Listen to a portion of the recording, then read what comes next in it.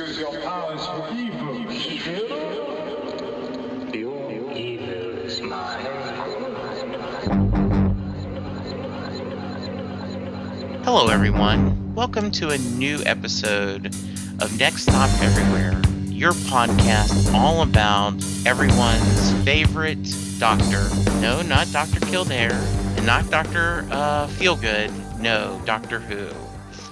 I'm Jesse Jackson, and joining me today is my friend, my companion, the guy that I love to podcast with, Charles Skaggs. How you doing, Charles? I'm good, Jesse. How are you? I am good. So, I always um, you always had such a mellow intro. I just want to kick back and like I don't know. I don't smoke, but like smoke a cigarette yeah. and have a martini and just kick back and in my lounge jacket and Well, with some fuzzy slippers and so relax. my lovely bride Linda listened to some podcasts from me this week, Oh dear and she Lord. said, "You have your introduction has this whole fake radio voice, like hello and welcome to Hi everybody. hi everyone." And she Hi goes, everyone. "Then after a few minutes, you kind of normal." So that's why I tried to be a little less Yeah. exciting and on. Well, does Linda agree that I try to break you out of your shell a little bit and get you a little more into the No. crazy, wacky? But it was kind of funny. She told me today that, look, I don't. All I know is, I don't know that it's a Doctor Who podcast. I know it's the podcast you do with Charles. Right. I don't know if it's a Castle podcast. It's the one you do with Karen. Got it. So she knows my partners, not the subjects. So, and I said, that's fair okay. enough. That's more than some people know. Okay, so does she go like that? Charles is really annoying. No, You gotta do something about him. He's just dragging you down. she loves you and Lori. That is one of her. Well, we love her because she's always the charming, Absolutely. delightful person.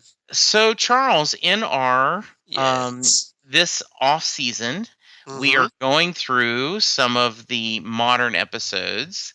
Last week we did Rose, and it was a lot of fun. Yep. And today we are doing Smith and Jones. And do you know why we're doing that one? Because that's what I put on the schedule. Yes, and also because it is the first episode with my absolutely favorite companion, Martha. Yay! My favorite underrated companion. Yeah, period. She is by far my favorite companion, and we're going to talk about that, I'm sure, as we go forward. So let's start off with our quick thoughts on the episode. Yeah. Well, this was like you said. This is Smith and Jones, written by Russell T Davies, directed by Charles Palmer. This was the first episode from series 3 in 2007. So yeah, it's 8 years old already. This episode, Mhm. just like that. Um, it's essentially it's Martha Jones' first episode. We get our first real look at Freema Agyeman as Martha Jones. We did see her previously as her cousin Adiola in Doomsday back in series 2, Mhm. which I guess was that must have been her role that made the producers go, "Oh yeah, she would be perfect as a Doctor Who companion." Yes. So we finally get the Doctor's kind of been wandering around. He's a little mopey because he's lost Rose to a dimensional rift, and so he's kind of in the market for a new companion. Yeah. And who does he get? This wonderful, charming, brilliant doctor from London in 2007, presumably, because that's when the episode aired. Mhm. So, it's a pretty good relationship. Yeah, I really liked this episode. I liked it when I first watched it, and rewatching it this weekend, I was reminded about all the reasons why I love Martha. It was a great, once again, and mainly because we've been watching a lot of episodes kind of through different timelines, and the famous saying, every comic is someone's first comic. And just like you can say, every Doctor Who episode has the potential to be someone's first Doctor Who episode. And this is a good, we're starting a new season, but I think it does a good job of setting things up, getting it the world. And we get a very good feeling of what kind of person Martha is and the relationship that her and the Doctor are going to have. Right. There's a lot of talk about the second Doctor, had the huge, burden of making the transition, or else the show wouldn't have lasted. So I think Martha had the same thing, Freeman, of, Rose was such a popular companion. Billie Piper, in fact, she carried the show when they changed doctors. Right. And so Freeman had that whole burden on her. And from my perspective, she just carries it almost seamlessly. Yeah, I totally agree. I think Freema Agyeman, she has, was in kind of that burden that David Tennant had taking over for Eccleston, because she's taking over for Billie Piper, like you said. And you had, because Rose was so popular. Yeah. You immediately had people going, "Oh, you're not Rose, so therefore I don't like you." Yeah. And what are you doing with, the 10th Doctor? The 10th Doctor should be with Rose. You're just the usurper. Well, and I think also, Russell T Davies made the decision to have, as we move forward, Rose, Rose and the Doctor had a romantic, at least, attraction to each other. Right. And so he decided that in this case that, the Doctor would not have one for Martha, but Martha would have a crush, or at least an affection, on the Doctor. Right. And I think that's one of the reasons why some fans don't embrace her. And as you talked about just a few minutes ago, one of the most underrated companions. Yeah, I think because of those kind of initial conflicts that the audience had to overcome, I don't think Martha Jones was given a fair shake. Yeah. As if she had started off without that baggage, because I think she had a little too much to overcome, and I don't think that her character, and this is nothing against Freema, but I think it's just more that the character wasn't strong enough to overcome Rose's shadow. Okay, that's interesting. And because I personally love Martha Jones, I think she's a fabulous character. I love the fact that she's intelligent. She's definitely more than a shop girl that Rose was. She is a doctor in her own right, and she's brave. She's resourceful. She's willing to do whatever it takes, as we see at the end of series 3, when she basically walks the earth, right, spreading the word of the Doctor. In a lot of ways, I would make the argument that she may be the smartest of the modern day companions.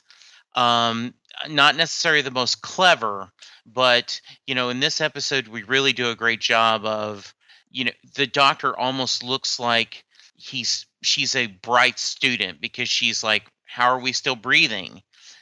Very good. And a lot of things she brings up, he looks just really proud and is impressed by her. Yeah. I always love the fact. Go ahead. No, I was just gonna agree that it's with the Doctor, like, he's almost like shopping for a new companion. Yes. And comments where she observes, the whole thing of that.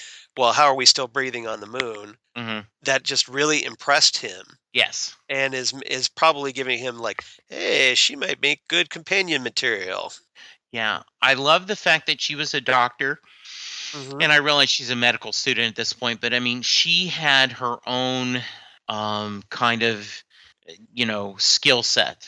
It's like Rory being a nurse. And so, and I certainly think in a lot of ways, Amy and Clara are more clever and with better dialogue, perhaps. But as far as just figuring out things and being certainly not a match for the Doctor, but being able to hold her own intellectually, she does a Right. really great job. hmm I totally agree, and she's kind of in the spirit of Liz Shaw Yeah. or the Romana of Hmm. Romana's 1 and 2, Yeah. or Clara herself, because Clara is no slouch either. Right. I mean, Absolutely. she is a teacher, Yes. so and she is very observant.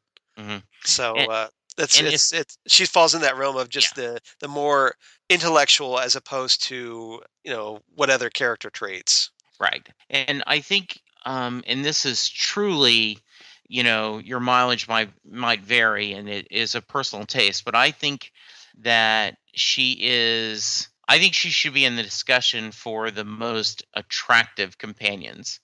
And I realize that's just a personal opinions in different people, but I love the Freeman's her look and the way she carried Mhm. herself.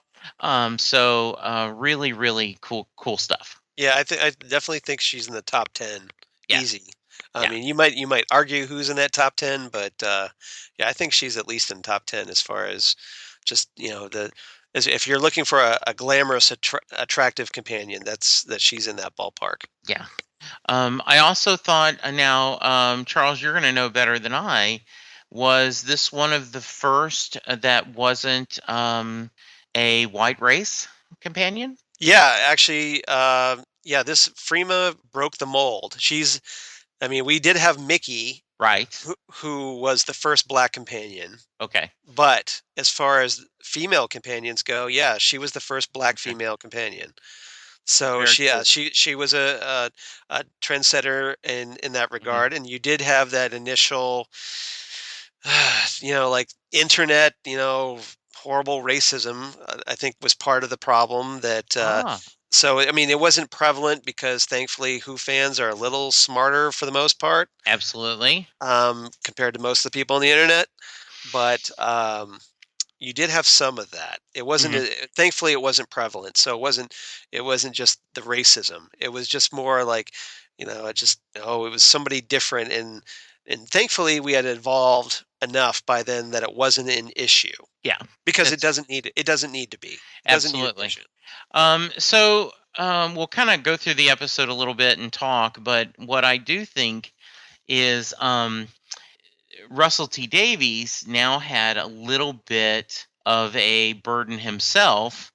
um, Rose meeting the doctor was so classic and such a epic, run, Rose, Right. that, how do you do another companion meeting this new doctor? And he went a different way. I love the idea that the first time Martha meets the doctor, he's already met her, which is so wonderful because of the timey wimey Right. part of it, like, so see. It's um it's something Moffat would approve of yes, it would. because it's very timey-wimey that, yeah, Hmm. he's met her, but she hasn't met him, and Hmm. they kinda run into the street, and he gives her his tie, Yeah. and she's like, "What are you doing? I don't get it. Hmm. Why are you taking off your tie?" Yeah. So, and then we find out later, we get the payoff later in the end of the episode, where we find out that, oh, yeah, he was just proving to her that he could time travel Hmm. and just connected the dots that way. So I thought that was a really clever way. We see Martha starting off.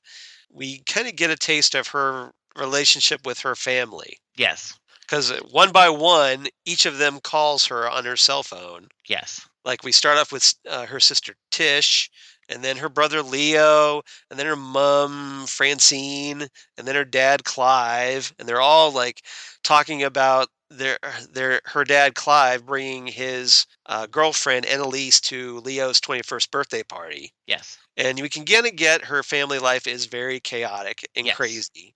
So that at the end of the episode, we can kind of get a taste of why we kind of understand why she's willing to go off and escape that for a while. And what I thought was really interesting is that it is different than Rose's family's chaos. Right. So that was very interesting. We established that she's pretty early that she's in med school. They're going through the rounds and the lady needing salt, which we get a payoff on later. It was very cool. I really liked the guy in the motorcycle helmets. That it almost looks like the Terminator Yeah. kind of character. Florence Finnegan's little henchman. Yes. Yeah. That was a really good look. And We're bikers. yes, it was absolutely. And then we see the doctor in bed, right? And he hasn't met Martha yet. And he mentions, no, I don't have a brother anymore, which was a really nice kind of throwaway line. Right, because of talk about maybe the master's his brother and all that. Yeah. Yeah. But absolutely. go ahead. And the regeneration fake the other tenant that came in, of last season, of the second series, I think was also an allusion to that, don't you think? Yeah, I do too. Okay, good. I totally agree.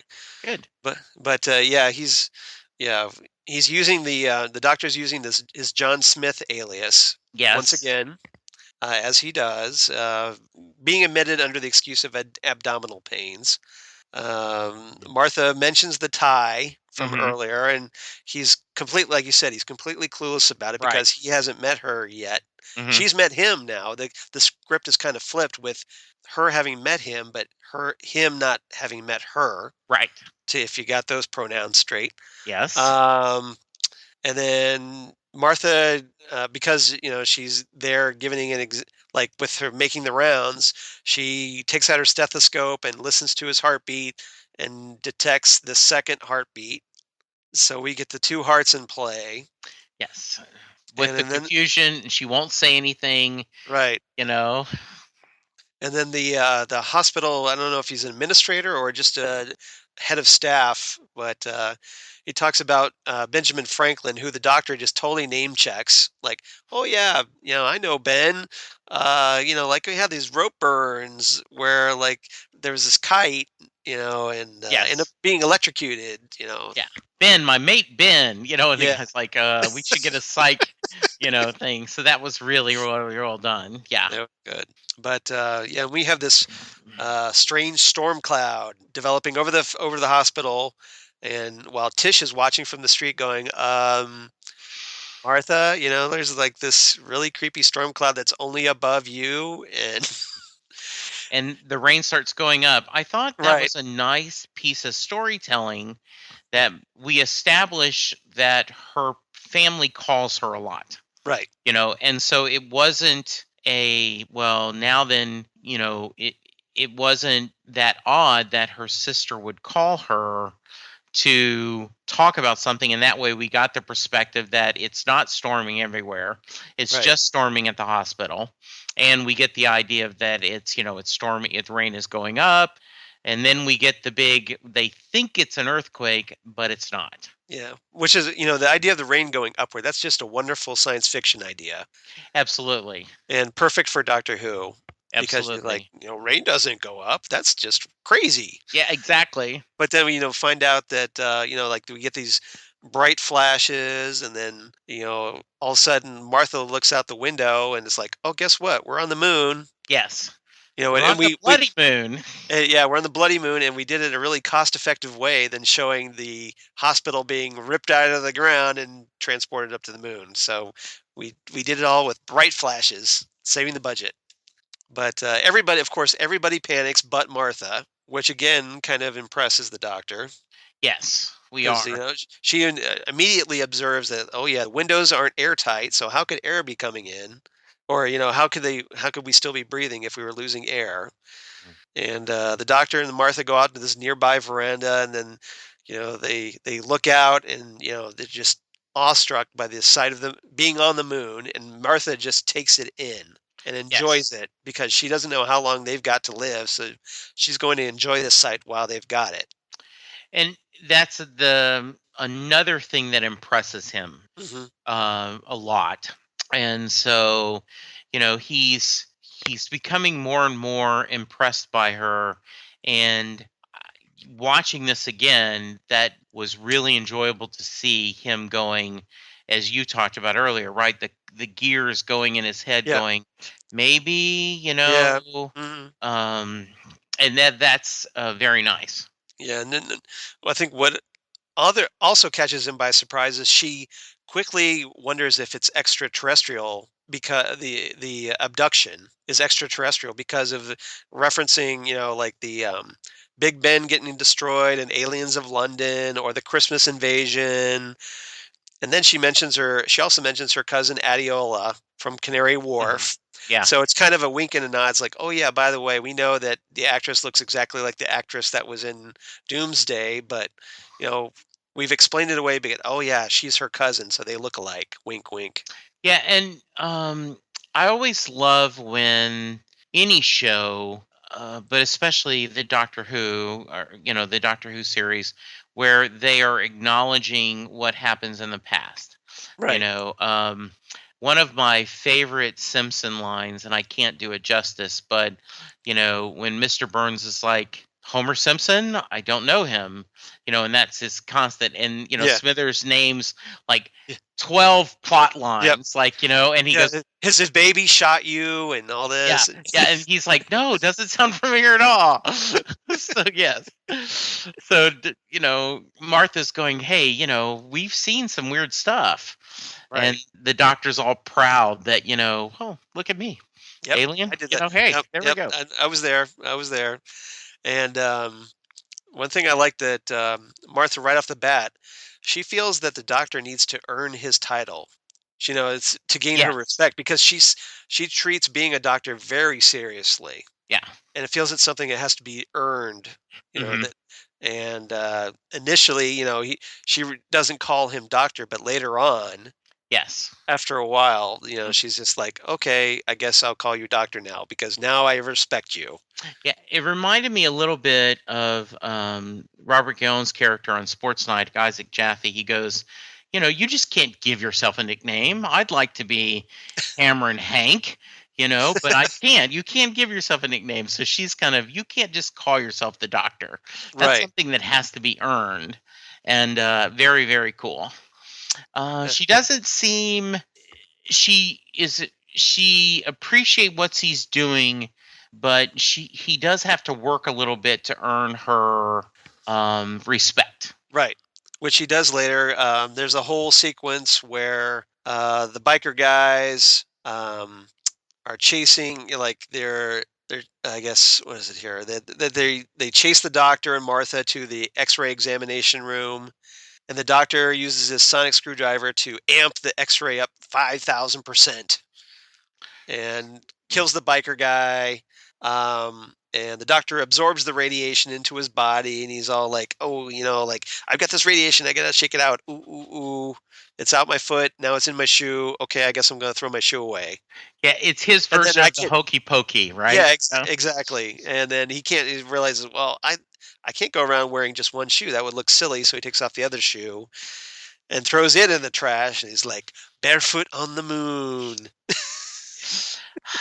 I just love Tennant. Yeah, there is just so much charm in him. Right. Yes. We find out that the old lady needing salt was the actual. Well, first off, let's talk a little bit about why did they get put to the moon, Charles? Yeah, the Judoon, uh, Earth is not their jurisdiction. We find Yes. out, so they're brought up to the moon, which is kind of a neutral territory where they can go in. They have the Judoon ships land, and the troopers kind of leave the ship and go into the hospital, freaking everybody out.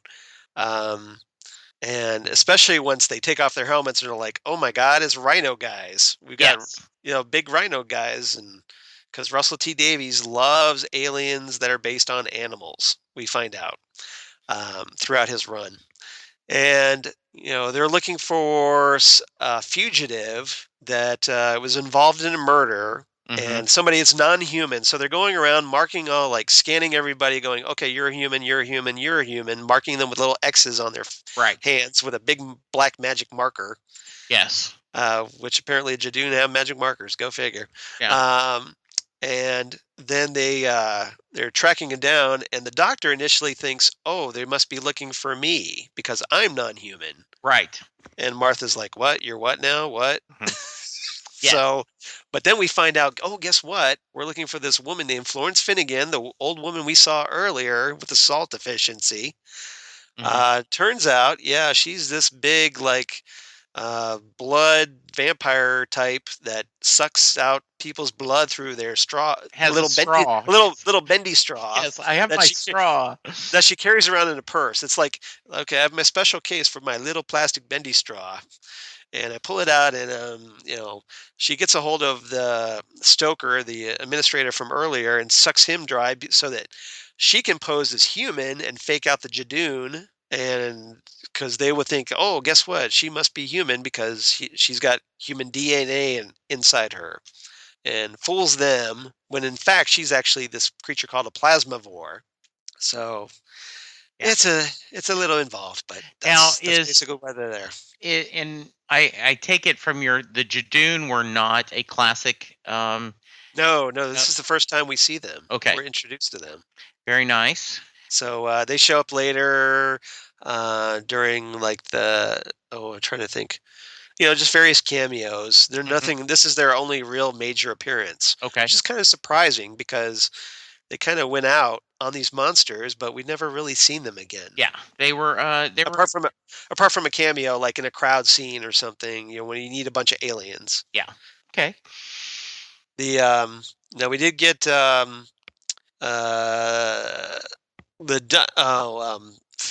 Finnegan, the old woman. She ends up like trying to get a hold of the one of the hospital's MRI machines, and she like amps that thing up by like what she calls 50,000 Tesla to set out this magnetic pulse that will fry everybody's brains within 250,000 miles and take out like half the earth in the process, Right. which I'm not quite sure how you do with an MRI machine, but okay. And Well, and the idea, right, is that way she can escape. yeah. Okay. Yeah, she's gonna Yeah. like, okay, bye. Like I'm gonna take out all you people. I'm gonna leave. See you later, Mhm. and escape. But Yeah. the Judoon, meanwhile, are still looking for Finnegan. They find traces of the doctor's DNA on Martha, thanks to a nice little kiss that the doctor slaps on her. Absolutely. So that kind of distracts them. So I'm kind of wondering, like, that's kind of deliberate tactic by the Right. doctor to like, okay, the Judoon, they'll be focused on her, but they won't harm her because they'll eventually figure out she's human. Yes. But it gives me time to keep them out of my hair while I'm dealing with this crazy plasmavore lady. Mm.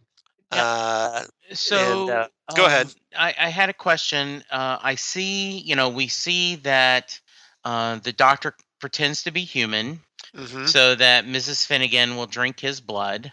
Right. And so we do see the pale doctor. Um, so did he just know that it wouldn't hurt him long term? Is there two? Does he have a double bloodstream? So she was only hitting one of the vessels. I know he has two hearts. Yeah. Yeah.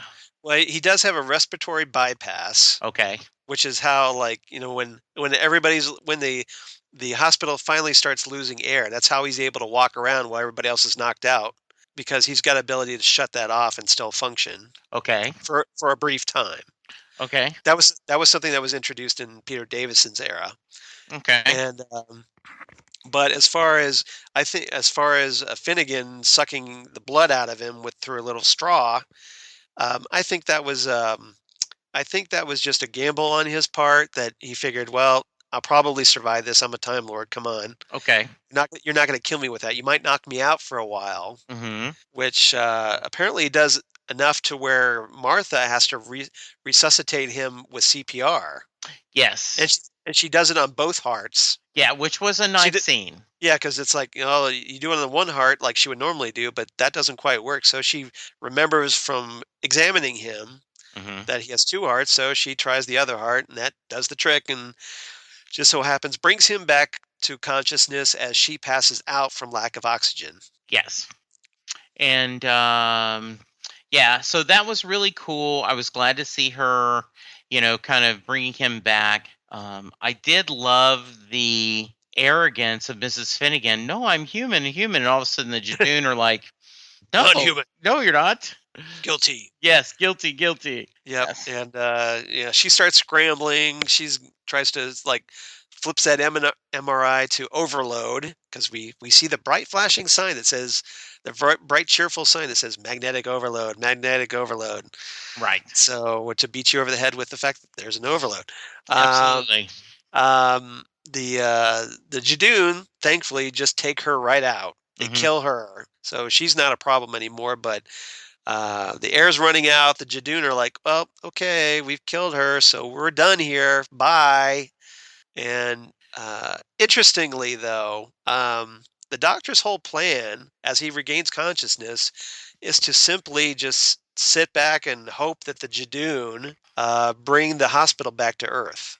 Yes. He's not really proactive here. He's just is like, okay, I don't have anything. You better restore us, or all these people are going to die. But he doesn't know for sure that they're going to do that. So I thought that was a little, and we don't know what happened with when the overload. Did he like shut that off? We presume he shut it off, but we never really see it. No, he doesn't. I thought it was very interesting. You're right that he kind of, well, I'm going to help them find their victim, but because I guess they're the sense of justice, they wouldn't want everyone to be innocent, to die once they found their person. Yes. Then we kind of get back to Earth, and everything's kind of is normal for Martha, right? Right. Yeah, she's before that we get a nice little great sequence where the doctor notices like, oh, it's raining upwards, so we must be going back to Earth, and it's like, Martha, it's raining on the moon, but she's unfortunately passed out and doesn't know. So, but the hospital gets returned. Martha gets reunited with Tish on the street, but then she sees the doctor going off and entering a police box. Yes. And then the next thing she knows, the police box is gone without having seen it dematerialize. Right. Because her view is obstructed. Yes. So she didn't get to see that. But then she goes off. We hear this TV interview with this one of the residents from earlier, Morgenstern. And this kind of sets up the season is that he mentions that, quote, Mr. Saxon was right. We're not alone in the universe. Yes. And that teases the whole Mr. Saxon storyline that runs throughout series 3. Yes. And pays off later. Big time. Absolutely. We also get the birthday party that goes horribly bad at the end. Yeah. Martha's family being crazy again. Yes. So, yeah, but thankfully Martha sees the doctor just kind of lurking around. He's probably like waiting for her. So it's like I'm sure at this point he's decided, okay, I want her as a companion. So he's just kind of waiting for her, and he's like, hey, I'm here. I'm going to go into this alley now. So why don't you follow me? But which she does because her family's being her family. She's like, I'm getting away from this crazy. I'm going to go follow this guy. And if it wasn't obvious enough, we get a nice little Vote Saxon poster on the alley wall. Yes, we do. The doctor tells her, oh, by the way, I'm a Time Lord. And I've, my sonic screwdriver, which was destroyed earlier in the episode by amping up the X-ray. He's like, I've got a new sonic, and I want to take it for a test drive. And oh, by the way, I've got this device that allows me to travel in time. Yes. So she's like, prove it, dude. Yeah, because at first she's saying, I've got a lot going on. I need to go. And he says, well, what if I, amped it? What if I said by time? And yes, that's when we get the great scene where he comes back with the tie. And she, goes, oh, okay, good. And the audience is like, oh, that's what he did. Yes, absolutely. Now it all makes sense. Yes. Tie that bow together. Yep. And Martha, go ahead. And no, we do get the wonderful scene of her going into the TARDIS. Yep. And the so arrogant I love when the doctor does this, it's bigger Yeah. on the inside. The inside, yeah. Yeah. Exactly. Because Yes. initially she's freaked out. She does that walk around the Yes. TARDIS outside, and then she goes back in, and she's like, "This is bigger on the inside." And Yes. yeah, the doctor's just He's mocking like, her. "Is it? Yeah. Oh, Oh, I didn't. really? Yeah." How Yes. interesting. Yeah. Yeah. Interestingly, though, the doctor mentions Rose to her. Yes, he does. It's like, oh, by the way, like I've had a bad breakup. I Yes. was I was all hung up on this girl, but she's okay. She's with her family. Really, I didn't kill her Yeah. because you don't know me. You've only known me for a day. Um, and tells Martha, she's going to get one trip, just one Right. trip, One and trip. then right back home. Which, of course, that never happens. No, that never happens. That never happens. And who gets just the one trip? Yes. So Martha, she's kind of attracted to the doctor by this point. She starts flirting with him, Yes. especially after that previous kiss, Yes. because 10th Doctor being the 10th Doctor, got to kiss everybody in sight. Yes. But he's not into it, so she's like, "Oh yeah, guess well, I'm not remotely interested." Right. Oh, no problem. And we're all like, "Yeah, right. Of course you are." Exactly. Um, so we get the whole welcome aboard, Miss Jones. It's my Yep. pleasure, Mr. Smith. And we are A rocky off to and a the rocky races. departure. Yes, indeed. Yeah. So just a wonderful introduction to Martha. We get to see the David Tennant's doctor interact with a different companion. Right. Just awesome stuff. I totally agree. Yeah. And Martha, it was just that introduction to this character, and I think that that um, I thought she was a very effective replacement for Mhm. Rose Tyler. I know a lot of fans didn't see it that way, but I'm not one of them because I think Martha is great, and I think Freema Agyeman is great. Absolutely. So, favorite line? Probably my favorite line is crossing into established events is strictly forbidden, except for cheap tricks. um, I had two. I love the exchange. We might die, we might not. Right. But I had to go with no. Really, it is. It's a screwdriver, and it's Sonic. Sonic. Look. So I thought that was wonderful. I did have a backup line. Okay, go ahead. Just in case you stole my line. Absolutely, which has been But known to happen. it has because we're kind of in sync, so that's good. Yes. My backup line was, "What's wrong with this computer? Judoon must have locked it down. Judoon platoon upon the moon." That's great. So I, Yes. I love that. All right. So So ratings. rating, I give this one 8.5 out of 10 plastic bendy straws. So I gave it 9 generic transfer kisses. Genetic transfer Yes, kisses. genetic. Yes. Yeah. Wonderful. Because I don't think Martha felt it was very generic. No, didn't at all. So Do you have a reverse the polarity for us? yeah, this one's a little quick because I just had to slap this together at the last minute because my weekend's been a little crazy. Yes, As you could probably sympathize with, absolutely. I went back to season 10 Okay. back in 1973 to the third Doctor, John Pertwee era, Okay. with this episode story called Carnival Monsters. Ah.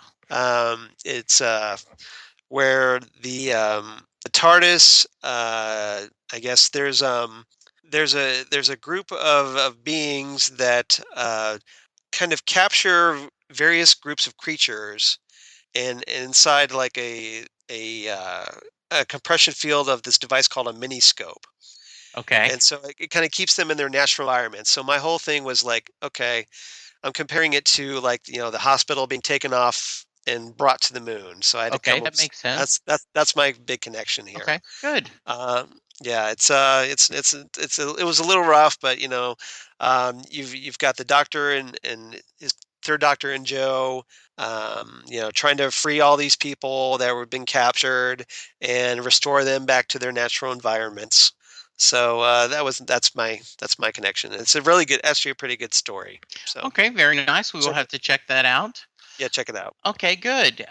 So Charles, what are we talking about next episode? Next time, we've been wanting to talk about this episode for quite a while. Yes, we have. And so you may have already figured it out, but we're going to be talking. We did the Ninth Doctor, we did the 10th Doctor. Now we're going into the 11th Doctor era Yes. with the episode "The Doctor's Wife" Yay! from Series 6. Yes.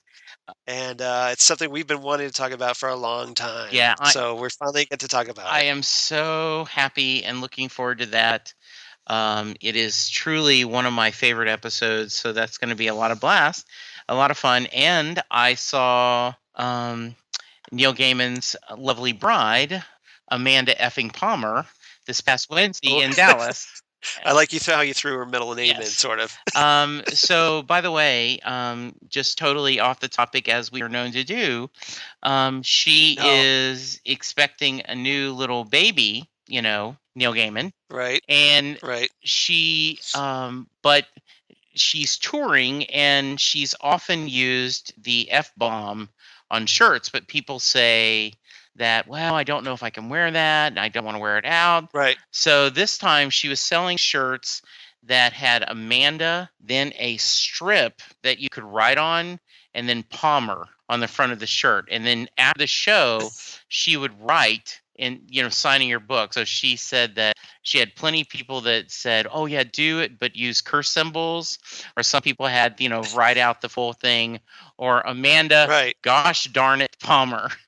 And so she had these, everyone got really clever. And I was lucky enough to be at a signing with her last year in Austin and got her book signed. So I did not wait in line to get a t-shirt signed, but I was really tempted to. So That's yes, cool. so we will be talking about a really complex and wonderful story the next time we record. Anything else we need to cover?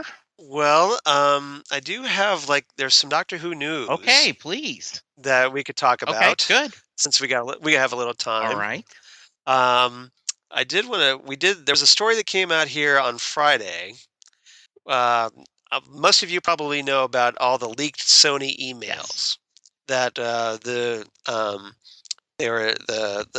emails from Sony Pictures were hacked, and a lot of those documents ended up on WikiLeaks, which is that Julian Assange's group that posts all kinds of documents for public use and whatnot that people don't want you to see, but basically trying to create transparency, and everything's out there. So in those documents, they've now WikiLeaks has set this up so that you can search it by subject. Okay. So people decided, hey, let's see what's up with Doctor Who by chance, and guess what? The British newspaper, The Telegraph, found out that there were actually some Sony emails about a Doctor Who movie. Ooh, tell us more. And this is something that Stephen Moffat's been downplaying for quite a while, saying, oh, there's no way we're going to have a big budget Doctor Who film because I can't get everybody on the same page as far as finances, whatnot. But according to these emails, they're already talking about this and really want it to happen the next 8 years sometime. Okay. Now, apparently these emails, what's driving this production isn't the Doctor Who team, because the Doctor Who team thinks that, we want to do it the way we want to do it. So, we don't want you to do it. And there's a little rivalry going on between the Doctor Who production team and the BBC Worldwide arm, which is like the division of the BBC that handles the licensing and all the it's basically the moneymaker, where it licensed the shows out to like BBC America or other networks. Like Disney XD is going to be showing Doctor Who soon. Yeah, I saw that. The merchandise and stuff. So apparently BBC Worldwide really wants this movie to happen. So what are your feelings about that, Charles? Personally, I would love to see them to work it out. Okay. Because I would love to see the Doctor Who team on board. I know Moffat saying, "Well, how can we have a Doctor Who movie when we have a Doctor Who TV show?" And my line of thinking is, well, okay, you've got Peter Capaldi on TV as the Doctor, but you do have like other previous Yes. actors that have played the Doctor.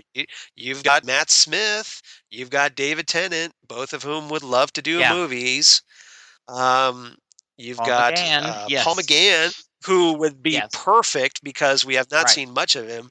You've even got John Yes. Hurt as the War Doctor. You could do a War Yeah. Doctor movie if you wanted to Absolutely. and still have a Doctor Who movie. So it's not like chances are no, you wouldn't get Christopher Eccleston because Christopher Eccleston is Christopher Eccleston. Yes. But you've got at least four actors there that you could draw from. Yeah. I would think, that could do that, or like you could even have like John Pertwee's son Hmm. Sean, who is on Yes. Gotham, who could easily portray his father, the Third Doctor, if you Yes. wanted to. Okay. So it's you've got actors there that could do those parts, or be the Doctor on screen. The question is, do you want to? And I think my feeling is if the story is there, yes. I don't just want a supersized 90-minute Doctor Who episode. It would have to be worth But the movie, to be that, yeah, from my perspective. So good. Well, we'll see what happens. Very nice. yeah. I mean, we saw that with the 50th anniversary when they had the Day of the Yes. Doctor, that it essentially served as a Doctor Who movie. Yes, absolutely. You went to the theaters, people enjoyed it in the Yes, they did. theaters. So, I would think that it wouldn't be that hard to do Yep. it. The question is, are you gonna get enough people on board, both sides Right. working it out so that you can do it and everybody's happy? Yes. So we'll Okay, see. good. All right. Um, Let us know what you think about The Doctor's Wife or Smith and Jones or the new Star Wars trailer. No, wait. Oh, sorry. Wrong podcast. Uh, How about whether you think there should be a Doctor Who movie? absolutely. What you wait on that. Absolutely. Uh, And where can they do They that, can Jesse? see us at on Twitter at Next Stop SMG. Our email address is nextstopeverywheresmg@gmail.com. We have our Facebook page, Next Stop Everywhere.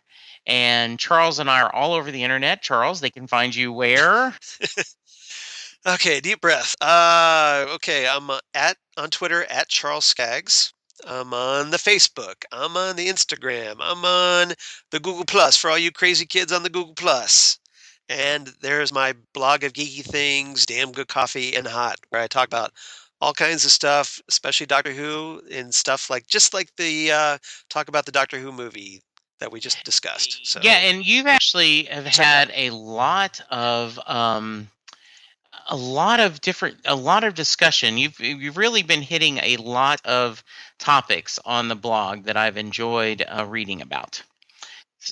Yeah, we did. I mean, we did Star Wars. We did, we've got talking about the Fandom Zone podcast they do with Karen Yes, Lindsay, who is guest hosted right. on this podcast. Talking about X-Men movies, Ant-Man movie, Daredevil, Yes, all kinds of stuff, right. Agents of Shield. So it's all over the map. Whatever stuff that I think is interesting, and I hope you find it interesting. Yes, Come check out. I am at JWJ170104. Please check me out. And I'm going to give a special plug. I've been on 2 podcasts that are outside of our normal scope. The Fast Leaders podcast had me on to talk about leadership skills, which was a lot of fun. And then SiriusXM has the Bruce Springsteen channel, the E Street channel, and I was able to record a Be the Boss segment where you pick 5 Bruce Ooh, Springsteen songs and you kind of talk about why you're picking them. And that was on our JKL Media and Storm in the Castle feed. You can also check that was on my Facebook page. So check both of those out and let me know what you think. Yes. very So cool. Charles, as always, a lot of fun. Thank you for everything you do, and I appreciate it. And thank you for being such an awesome Doctor Who fan and sharing Doctor Who with Yes. me as And always. we had a funny story before we started recording. For those of you who don't know, I am in the search of a new work home, and I was in an interview with someone from Britain, and it took everything I had not to make the whole interview talking about Doctor Who. But at the very end, he did mention that he saw when it first came out, the very first Doctor Who episode, and he gave the wrong year, and a smarter interviewee would have not corrected him. But I co-host a You Doctor Who had to. podcast. I had to correct the man, and he was not offended at all. So that means I'm hoping he hires me. That means he's cool. So, Yes. as always, let's keep hope alive, and remember, it's never too late. As a wise person once said, Kylie, I think it was. Thanks, everyone. We will talk to you soon. Bye. Bye, everyone.